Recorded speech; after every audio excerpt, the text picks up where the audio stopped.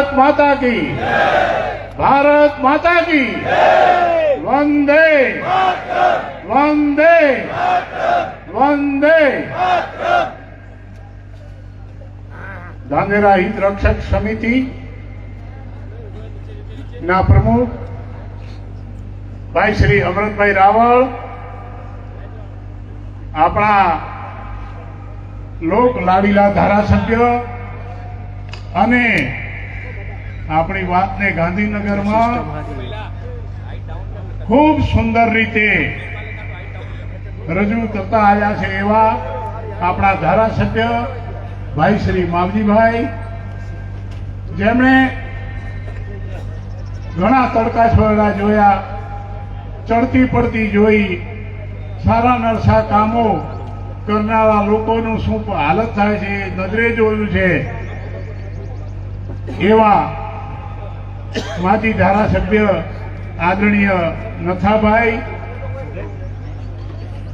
ધાનેરાની અંદર રહીને ધાનેરાના પ્રશ્નો માટે સતત ઝઝૂમતા ભાઈ શ્રી બળવંતભાઈ ડોમરાજી, મંચ ઉપર બિરાજમાન તમામ આગેવાનો,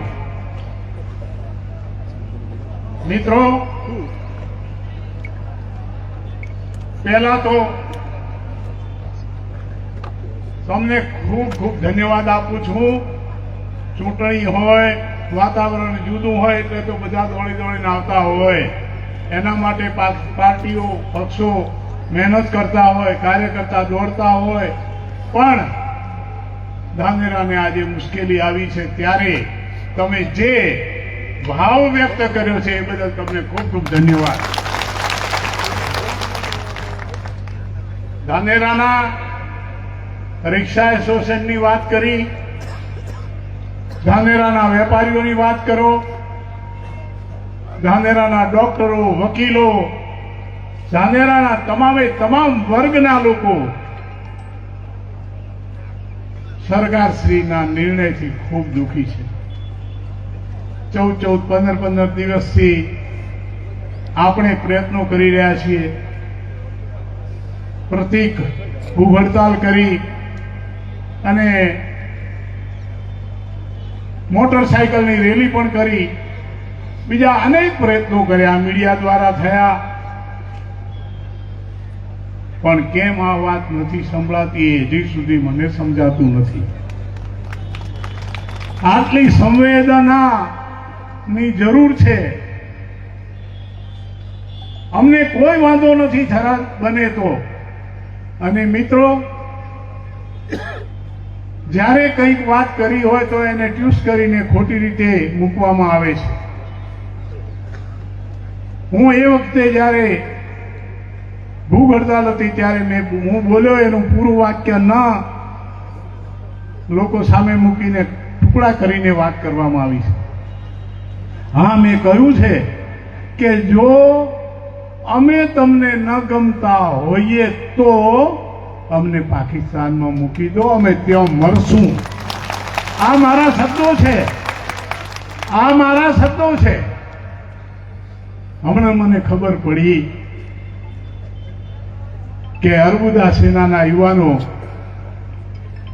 આ વિડીયો ચલાવે છે. ખૂબ દુઃખ થાય. તમે શું એવું માનો છો કે હું જાતિવાદી માણસ છું? 50 વર્ષ સુધી મેં નવસારીમાં રહ્યો છું. મારું કર્મક્ષેત્ર હતું.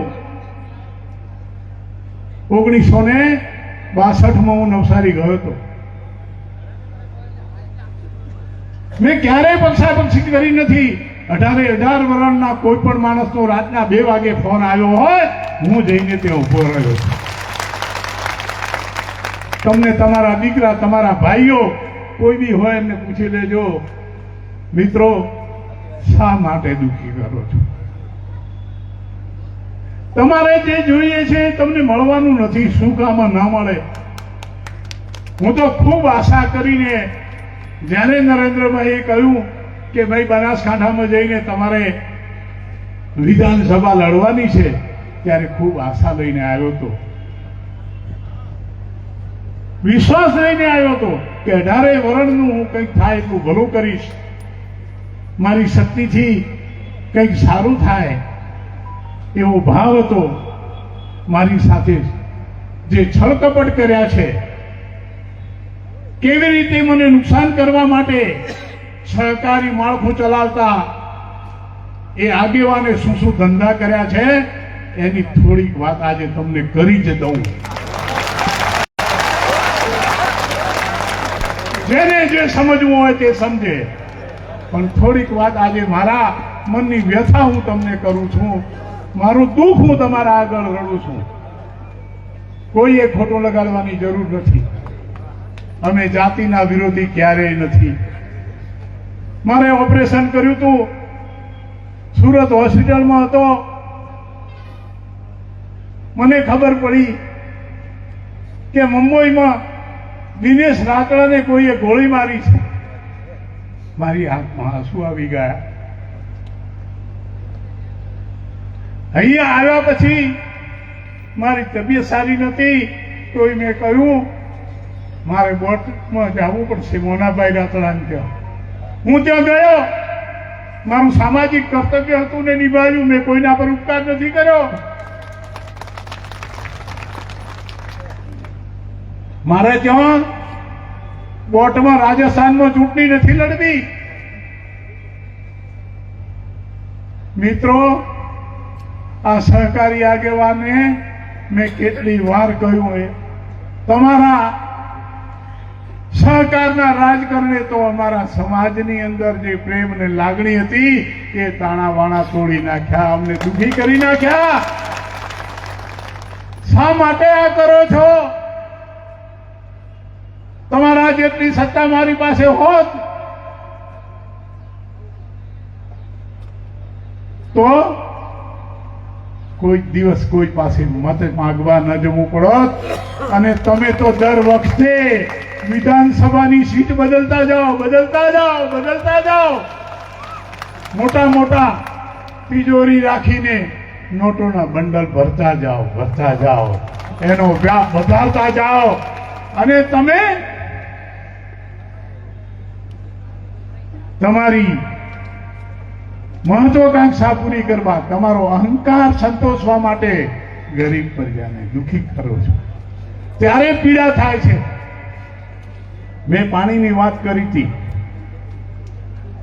અહીંયા ગરીબ કલ્યાણ મેળો ધાંગરામાં હતો. નીતિનભાઈ પટેલ આવ્યા હતા. મને કે મફતભાઈ રોજે રોજ તમે રેલ નદીની વાત કરો છો, મારે રેલ નદી જોવી છે.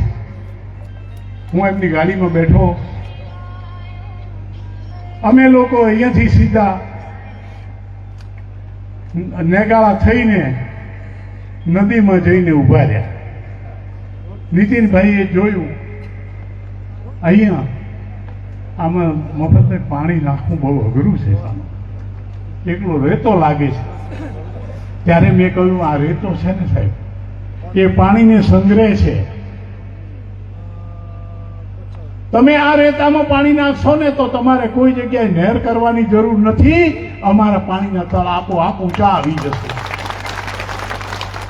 તો કે એનો વિકલ્પ શું?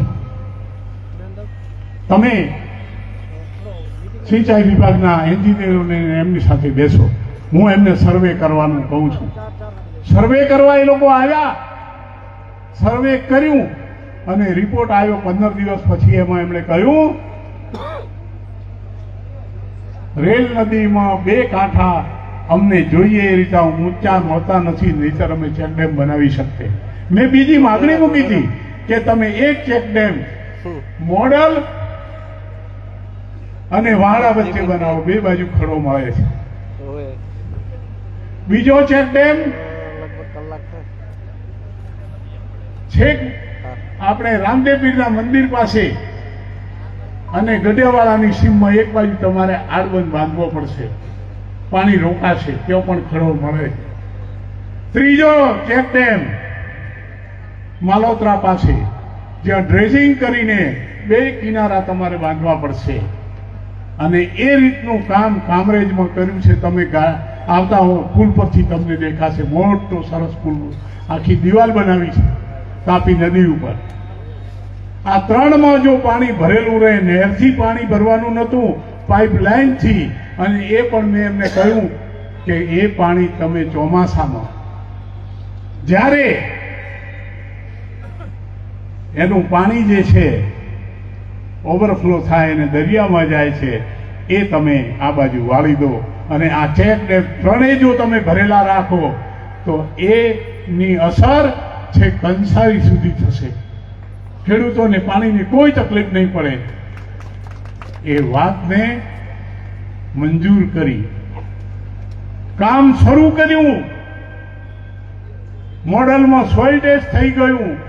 એન્જિનિયર હતા રાવલ, એમણે કહ્યું કે મફતભાઈ અમે સોઇલ ટેસ્ટ કર્યું છે અને હવે કામની શરૂઆત કરશું. મશીનરી આવી ગયેલી, મશીનરી પાછી ગઈ. ત્યારે ધારાસભ્યની મારી મુદત પૂરી થઈ ગઈ, પણ છતાં હું ગયો એન્જિનિયરો પાસે અને આપણા ઉત્તર ગુજરાતના જળસંચય વિભાગમાં જે કામ કરતા અધિકારીઓને મળ્યો. એમણે મેં જ્યારે બધી વાત કરી ત્યારે હસી ગયા. પરમાત્માની સાક્ષીએ, ભગવાન શંકરની સાક્ષીએ આ કહું છું, એમણે કહ્યું કે કેબિનેટમાં શંકરભાઈએ આનો વિરોધ કર્યો.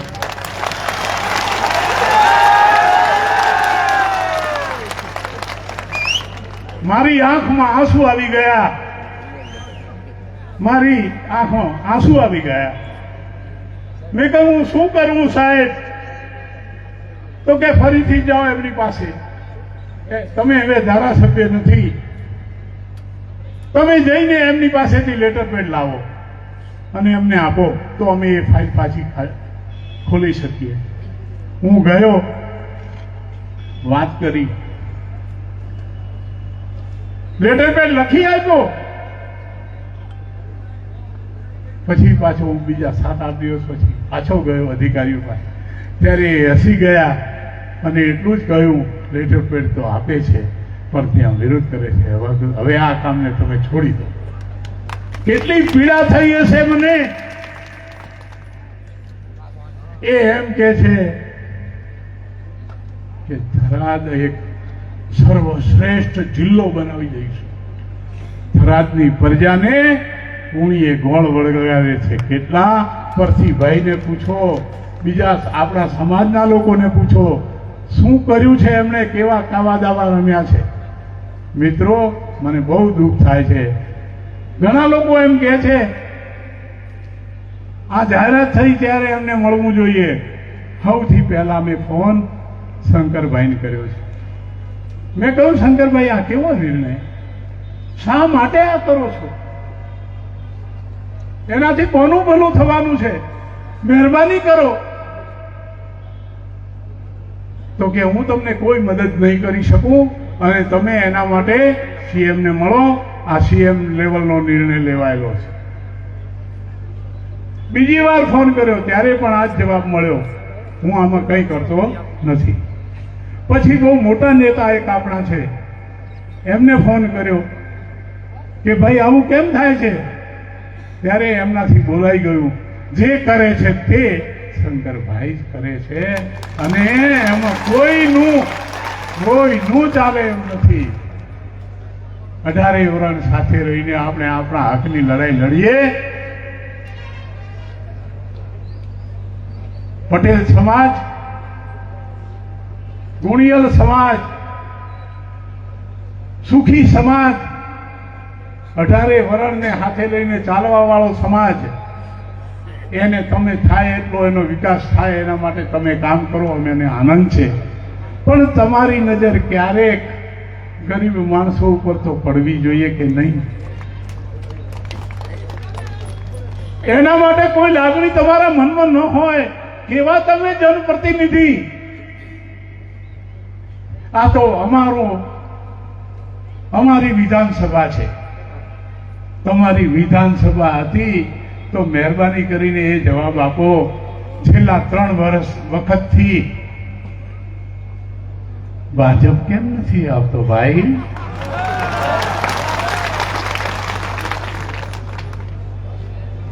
ક્યાંક ને ક્યાંક જે કંઈ પાપ તમે કરો છો એ પાર્ટીને ભોગવવું પડે છે, એનું અમને દુઃખ છે. એટલા માટે અમે અહીંયા આવીને લડીએ છીએ. આ પ્રજાને તમે દુઃખી કરો છો એટલા માટે અમે રડીએ છીએ. તબિયત ના તંદુરસ્ત છે, મારે હવે ફરીથી જવું પડે એમ છે સુરત દવાખાને.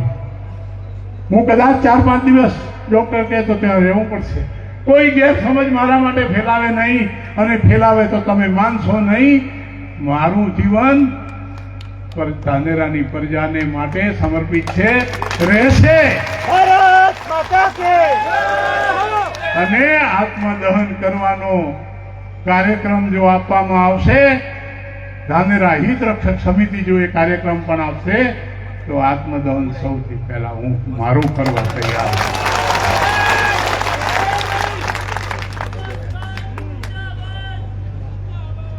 જીવન પરમાત્માએ આપ્યું છે, એને શણગારવાનું કામ તમારા સારું કર્મ હોય એનાથી જ થાય છે. ધન અને સંપત્તિ આવે ને જાય છે. મિત્રો, કોઈએ કોઈની સાથે લઈને ગયું નથી. અને મહેરબાની કરીને હું તો હાથ જોડીને વિનંતી કરું છું, શંકરભાઈ, તમે પાછા વળો. આ માર્ગે જઈને કોઈ સુખી નથી થયું. મહેરબાની કરો. અને તમને પસ્તાવો થશે ત્યારે તમારા હાથમાં કંઈ નહીં હોય, ત્યારે તમારા હાથમાં કંઈ નહીં હોય. ઉંમર તો ચાલી જવાની, એ તો વહેતો પ્રવાહ નદીનો હોય, પાણી વહેતું હોય એમ ચાલ્યા જ કરશે. એટલે મહેરબાની કરીને તમે બધા જાગૃત રહો. આપણા ઉપર આવેલી આ આફતમાં ધાનેરા હિત રક્ષક સમિતિ એની સાથે ખભે ખભા મિલાવીને આપણે બધા કામ કરીએ. કોઈ જાતિનો વિરોધ ના કરશો. કોઈ જાતિ ખરાબ હોતી નથી. એના આગેવાનો આંધળા હોય પોતાના સ્વાર્થમાં, તો એ આખી જાતિને ગેરમાર્ગે દોરાય છે. તો એ જાતિએ સાવધાન થવાની જરૂર. જેવી મને ખબર પડી કે હરજીવનભાઈએ નિવેદન આપ્યું છે, મેં ફોન કર્યો, હરજીવનભાઈ, આપણે કેટલું જીવવાના, તમે આવું કહ્યું? એ માણસની ખાનદાની જુઓ.